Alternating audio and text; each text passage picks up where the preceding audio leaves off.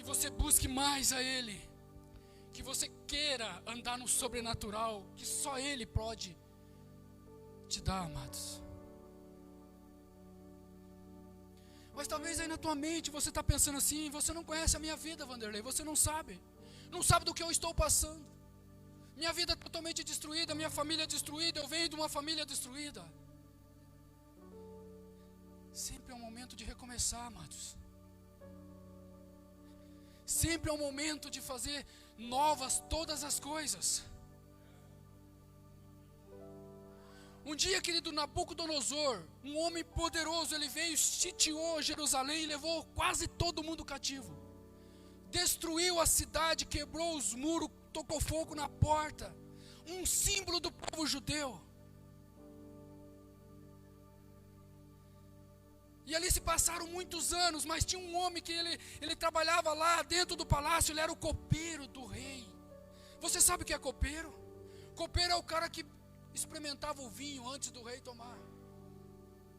Era o cara que dava a sua vida pela vida do rei. Mas um dia os irmãos dele veio de Jerusalém até a cidade lá do palácio e contaram para Neemias que a cidade estava destruída, estava assolada, tinham tocado fogo, os muros estavam destruídos. Neemias sentiu dentro do coração dele, querido, uma tristeza tão grande, porque Jerusalém era o símbolo deles, era a cidade de conforto, onde eles tinham como um símbolo para eles. Então ele ficou muito triste. Depois de saber tudo aquilo, ele orou, buscou a Deus. Querido, Neemias era um copeiro. Você pode estar dizendo assim: Vanderlei, mas eu não sou nada, eu não tenho estudo, eu não sei falar. Querido, Neemias era o copeiro. Era o cara que servia o rei com o vinho, trazia todas as manhãs o vinho, experimentava primeiro e depois dava para o rei. Querido, Deus não quer pessoas que saibam falar, que tenham um português perfeito. Tem muitas vezes que eu volto lá em casa, começo a ouvir a mensagem que eu prego aqui, eu falo: meu Deus do céu, eu tenho que estudar português de volta. Como a gente fala errado. Não precisa, amados. Deus não precisa de pessoas assim, Deus precisa de pessoas que se entreguem a Ele. Neemias era o copeiro, mas quando ele buscou a Deus e chorou pelo que tinha acontecido com a cidade, e ele foi muito triste na presença do rei, o rei falou: não pode ir. Deu uma carta, que era a ordem para que ele passasse por todas as nações que tinham em volta até chegar à cidade. O rei mandou que Neemias conseguisse as madeiras e ele voltou lá para restaurar os muros de Jerusalém. Eu quero dizer para você nessa noite: é hora de recomeçar, querido. Talvez a tua vida foi destruída, você teve um passado destruído, mas sempre há momento de recomeçar de volta.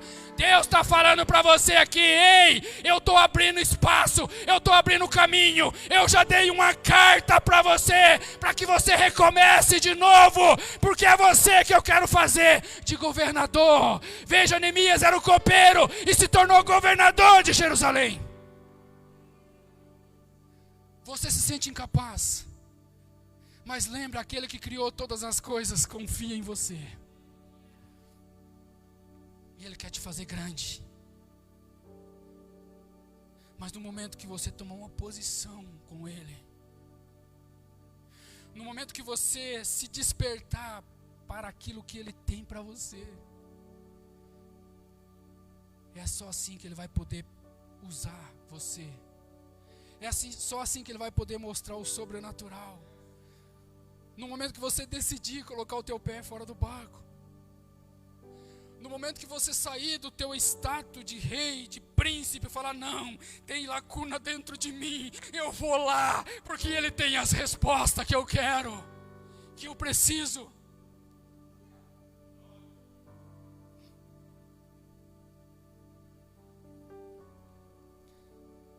Deus já te deu uma carta, querido. O que você está esperando para sair do teu lugar e decidir voltar a Jerusalém para reconstruir os muros da cidade? Sabe, querido, tem hora que eu fico pensando assim: pô, mas Neemias tinha uma vida perfeita. Se tinha os guardas ali, ele era o cara que preparava o vinho e levava ao rei. E ele era fiel ao rei. Nunca ia dar um veneno para o rei. Então ele podia tomar o vinho, o melhor vinho. Porque não é qualquer vinho que se oferece a um imperador que nem naquela época. Ele tinha uma vida perfeita. Eu fico imaginando assim, o cara podia andar pelo palácio. O palácio não era qualquer palácio. Era o maior império. O cara tinha uma vida perfeita, mas quando ele descobriu que a cidade estava destruída, querido, ele se esqueceu onde ele estava. Ele se esqueceu do palácio, esqueceu do conforto, das melhores comidas, dos melhores vinhos. Imagina o quarto do cara. Então, tinha ar-condicionado na época, né? Pro cara tinha. Ele deixou tudo, amados, para enfrentar alguns homens, enfrentar a distância, que era em cima do cavalinho. Alguém andou a cavalo aqui? Se você não é acostumado, vai preparando, dói a bunda. Queridos, o cara enfrentou uma distância imensa. Me perdoa de não passar a distância, porque eu não fui pesquisar, mas não era perto. Quantas dificuldades não teve, mas dentro do coração dele tinha um desejo de recomeçar tudo de novo.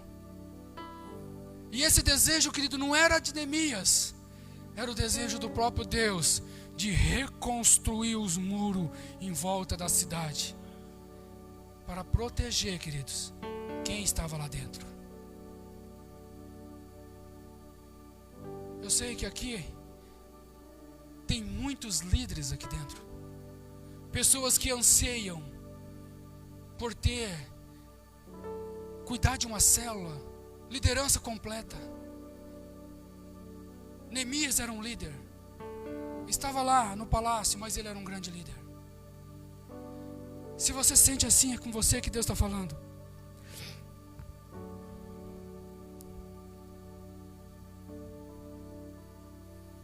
Neemias não desistiu. Ele pôde ter sofrido todas as batalhas durante o caminho. E hoje nós reclamamos da nossa vida porque não tem policial. Quando nós chegamos ali tinha um carro de polícia ali, né? Não tem policial e a gente pode ser assaltado aqui na esquina, como muitas vezes acontece. Mas eu quero dizer para você, nessa época aqui, o cara saía na rua, ele tinha que andar com escolta, porque senão ele era atacado mesmo. Porque era um tempo sem lei e tinha muitos ladrões. Mas ele enfrentou, ele não desistiu. Ele não desistiu, querido, de fazer o certo, de fazer o que tinha que ser feito. E eu quero falar algo magnífico para você, querido, porque você não pode desistir.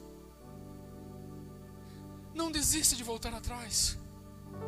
Aliás, não desista, não volte atrás.